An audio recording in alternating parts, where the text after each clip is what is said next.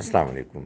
دیکھیے، تہجد کی نماز میں سونا اس نماز کی جو نوعیت ہے، اس کی جو ڈیفینیشن ہے، اس میں شامل ہے۔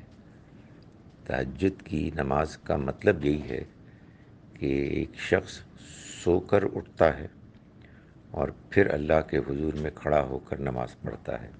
تاہم اگر کوئی شخص کسی موقع پر ساری رات جاگا رہتا ہے اور تہجد کا وقت آ جاتا ہے تو اس کا یہ مطلب نہیں ہے کہ وہ پھر تہجد کی نماز نہ پڑھے۔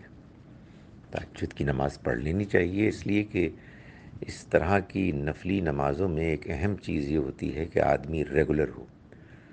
بعض اوقات آدمی کا باقاعدہ ریگولر ہونا اس لحاظ سے مشکل ہو جاتا ہے کہ اس کو رات بھر جاگنا پڑتا ہے، تو پھر اسے وہ نماز نہیں چھوڑنی چاہیے۔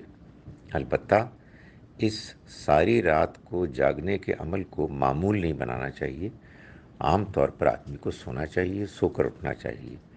کبھی کبھار ایسا ہو جائے اور اس موقع پر انسان پھر اپنی اس عادت کو، روٹین کو برقرار رکھنے کے لیے تہجد کی نماز پڑھ لے تو اس میں کوئی حرج نہیں، بلکہ اچھا ہے، تاکہ جیسا کہ میں نے گزارش کی، وہ ایک معمول کی جو انسان بنا چکا ہے اس میں کوئی خلل نہ آئے۔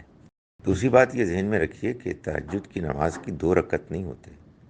تہجد کی نماز کی کم سے کم رکعتیں 3 ہیں۔